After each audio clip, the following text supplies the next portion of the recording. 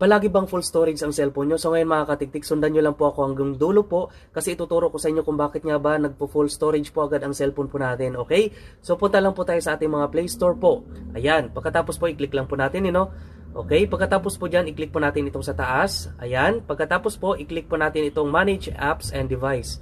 Ayan, tapos dito naman po, i-click po natin itong Manage po. Ayan, pagkatapos po, dito sa Install po, i-click lang po natin yan at saka palitan po ng Not Installed. Ayan. So dito po mga katiktik, ito po yung mga in-install po natin tapos in-uninstall po natin mga katiktik. Hindi naman po kasi agad yan nawawala sa ating files po mga katiktik, kaya nandyan lang po siya. Ang kailangan po natin ay i-click lang po yung box po para ma-delete na po mga katiktik, para ma-permanent delete po mga katiktik.